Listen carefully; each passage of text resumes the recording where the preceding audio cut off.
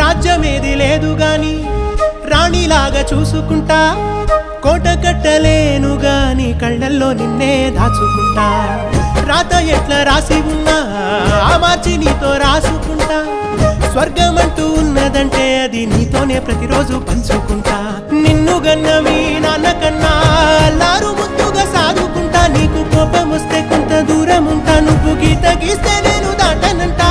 కంట నీరు కంటి రెప్ప దాటకుండా కాటుకై కావాలుంటా.